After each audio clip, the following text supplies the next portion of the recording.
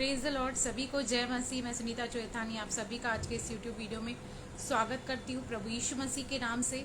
और अगर जी आपने चैनल को लाइक नहीं किया तो लाइक करें, सब्सक्राइब करें, बेल आइकन के बटन को क्लिक करें ताकि हर सुबह 9 बजे आपके पास मेरा नोटिफिकेशन आ जाए।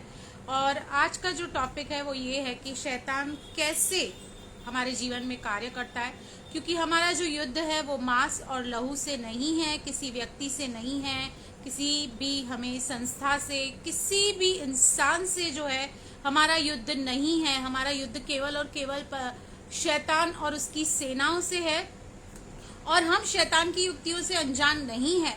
फिर भी मैं कुछ आपके सामने 4 चीजें रखना चाहती हूँ जिसके जरिए शैतान आपके जीवन में अटैक करता है, आपके जीवन में कार्य करता है। क्योंकि शैतान एक गरजने वाले सिंह के समान है जो इस ताक में है कि कब आपको फाड़ खाए। इसीलिए अपने दुश्मन को जानना, उसकी युक्तियों को जानना, उसके स्ट्रेटजीज को समझना आज हम मसीह जीवन में बहुत जरूरी है। ठीक है, तो नंबर 1 जो चीज से वो अटैक करता है, जब हम ऐसे पाप लगातार करते रहते हैं जिसके लिए हम सेंसिटिव नहीं है, संवेदनशील नहीं है और परमेश्वर से हम माफी नहीं मांगते। अगर जब ऐसे पाप हम लगातार करते रहते हैं तो शैतान हमारे जीवन में बरस भर कार्य कर रहा है।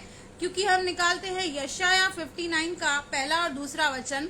यहाँ पर लिखा है कि सुनो, यहोवा का हाथ ऐसा छोटा नहीं हो गया कि उद्धार न कर सके, और न वैसा बहरा हो गया है कि सुन न सके, परंतु तुम्हारे अधर्म के कामों ने तुमको तुम्हारे परमेश्वर से अलग कर दिया है और तुम्हारे पापों के कारण उसका मुंह तुमसे ऐसा छिपा है कि वह नहीं सुनता। हम जब जानबूझकर गलत दिशा में जाते हैं या न जानबूझकर रॉन्ग साइड में जाते हैं, बाड़ा तोड़ते हैं, तो वहां पर शैतान को बहुत बड़ा अवसर मिल जाता है। क्योंकि उसको पता है ये पाप कर रहा है, जानबूझ के कर रहा है, लगातार कर रहा है और इसके लिए इसके अंदर कोई पश्चाताप की भावना नहीं है। इसलिए शैतान बार बार उसी पाप को करने के लिए हमें उकसाता रहता है। याद रखिए, वो आपको उकसा सकता है, आपसे पाप करवा नहीं सकता, क्योंकि अल्टीमेट जो डिसीजन है ना वो आपके हाथ में है कि आपको करना है कि नहीं करना है। दूसरी बात, परमेश्वर को दूसरा स्थान देना। हम कई बार इस दुनिया में जब चलते हुए हम बहुत व्यस्त रहते हैं अपने कामों में, अपने व्यवसाय में, अपनी नौकरियों में, घर के कामों में, और कई बार हम क्या करते हैं, हम परमेश्वर को प्रथम स्थान नहीं देकर दूसरी चीजों को प्रथम स्थान देते हैं। या अगर जी हमने सुबह समझ ली थी आधा घंटा बाइबल और प्रार्थना कर भी ली, तो बाकी जितने भी घंटे हैं हम संसारिक बातों में, संसारिक चीजों में, टीवी में, मोबाइल में, बहुत सारी बातों में बिताते हैं। बचा कुचा जो भी टाइम है वो हम संसार की चीजों को देते हैं। तो यहाँ भी शैतान को मौका मिल जाता है हमारे जीवन में कार्य करने का। क्योंकि मत्ती 6:33 कहता है कि पहले तू उसके राज्य और उसके धर्म की खोज कर, बाकी सारी वस्तुएं तुम्हें मिल जाएंगी। और जब आप जो टाइम बाइबल और प्रार्थना करते हैं, बच्चा टाइम आप कैसे स्पेंड कर रहे हैं ये शैतान को पता है, और उसको पता है कि कैसे आपके टाइम को वेस्ट करना है, किल करना है। इसलिए अगर जी मैंने 1 घंटा आत्मिक चीजें कर ली तो बाकी के जितने भी घंटे मैं शारीरिक या संसारिक चीजें करूँ तो चलेगा नहीं। हमें हर एक चीज में बैलेंस करना है। अगर हम बैलेंस नहीं करते तो वहां पर शैतान को मौका मिल जाता है हमारे जीवन में कार्य करने का। तीसरी बात, जब आप गंदी बातें करते हैं या आप गालियां देते हैं या आप अश्लील बातें करते हैं या ऐसी चैट करते हैं, ऐसा कुछ अनहोनी चीज करते हैं, तो वहां पर भी शैतान को बहुत बड़ा मौका मिल जाता है आपके जीवन में कार्य करने का। क्योंकि हम देखते हैं कि याकूब 1:26 देखिए क्या कहता है। हम निकालेंगे याकूब 1:26। यदि कोई अपने आप को भक्त समझे और अपनी जीभ पर लगाम न दे पर अपने हृदय को धोखा दे तो उसकी भक्ति व्यर्थ है। हमें जो सबसे ज्यादा पाप हम करते हैं ना, हम प्रैक्टिकली शायद नहीं भी करते हो, जुबान के द्वारा हम सबसे ज्यादा पाप करते हैं। आज बहुत सारे ऐसे मसीह हैं जो इस जुबान के द्वारा गंदी बातें, गंदी चीजें, अश्लील चैट करते हैं, बहुत सारी चीजें हैं। तो हमें आज चेक करना है कि हमारी बोली, हमारी वाणी कैसी है। क्योंकि वचन कहता है कि कोई गंदी बात तेरे मुंह से निकलने न पाए, क्योंकि आवश्यकता के अनुसार हमें बोलना है। हम इफिसियों 4:29 निकालेंगे, कोई गंदी बात तुम्हारे मुंह से न निकले, पर आवश्यकता के अनुसार वही निकले जो उन्नति के लिए उत्तम है, ताकि उससे सुनने वालों पर अनुग्रह आए। अगर जब आप अपने मुंह के द्वारा गालियां देते हैं या गंदी बातें कहते हैं तो उसके द्वारा भी शैतान को बहुत बड़ा मौका मिल जाता है आपके और मेरे जीवन में कार्य करने का। और चौथी बात, शैतान के गढ़ में फंसना, यानी कि उन एरियाज में जाना जहां पर शैतान की डायरेक्ट इन्वॉल्वमेंट है, जैसे एस्ट्रोलॉजी, ब्लैक मैजिक, बहुत सारी ऐसी बातें हैं जो आज बहुत सारे मसीह भी इंटरेस्ट रखते हैं, करते हैं, जाते हैं ऐसे लोगों के पास, अपना हॉरोस्कोप पढ़ते हैं, तो इन उसके टेरिटरी में घुसने के द्वारा भी वो हम पर अटैक करता है, हमारे जीवन में कार्य करता है।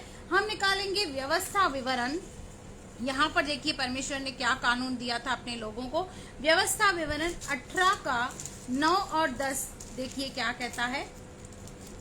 व्यवस्था विवरण 18 का 9 और 10 कहता है, जब तू उस देश में पहुंचे जो तेरा परमेश्वर यहोवा तुझे देता है, तब वहां की जातियों के अनुसार घिनौना काम करना न सीखना। तुझ में कोई ऐसा न हो जो अपने बेटे या बेटी को आग में होम करके चढ़ाने वाला, या भावी कहलाने वाला, या शुभ या अशुभ मुहूर्तों को मानने वाला, या टोना या तांत्रिक या बाजीगर या ओजों से पूजने वाला, या भूत साधने वाला, या भूतों को जगाने वाला हो, क्योंकि जितने ऐसे ऐसे काम करते हैं वे सब यहोवा के सम्मुख घृणित है। और इन्हीं घृणित कामों के कारण तेरा परमेश्वर यहोवा उनको तेरे सामने से निकालने पर है। तू अपने परमेश्वर यहोवा के सम्मुख सिद्ध बना रहना।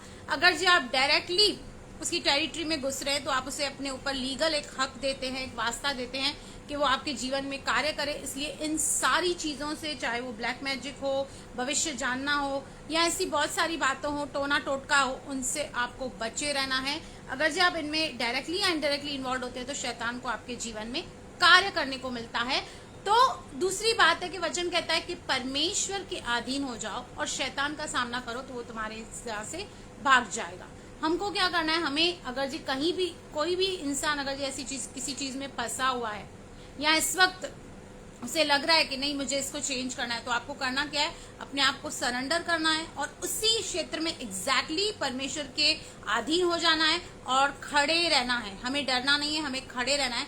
जब हम परमेश्वर की सामर्थ और उसके अधीन होकर जब हम खड़े रहेंगे तो वो निश्चय ही हार जाएगा। तो मैंने आपको 4 चीजें बताई जिसके द्वारा शैतान हमें अटैक करता है। याद रखिए, दरवाजा हमारी ओर से खुलता है, क्योंकि सांप की हमेशा प्रवृत्ति होती है कि वो सामने के डोर से नहीं आता है, वो कहीं ना कहीं होल ढूंढता है, कहीं ना कहीं लूप होल ढूंढता है, वहां से वो एंटर करता है। वैसे ही शैतान को आपकी कमजोरियां, आपकी निर्बलताएं, आपके लूप होल सभी पता है, उसको पता है आपके जीवन में कैसे आना है। इसलिए जो भी आपने दरवाजा अगर जो जाने अनजाने में उसके लिए खोल के रखा है तो आज बंद करें। और 4 चीजें मैंने आपको बताई कि ऐसा पाप जो आप लगातार कर रहे हैं, जिसके लिए आप रिपेंट नहीं कर रहे हैं, उसे छोड़ नहीं रहे हैं, तो शैतान आपके जीवन में कार्य करेगा। दूसरा, आप जब परमेश्वर को दूसरा स्थान देते हैं, प्रथम स्थान नहीं देते, तब शैतान आपके जीवन में कार्य करता है।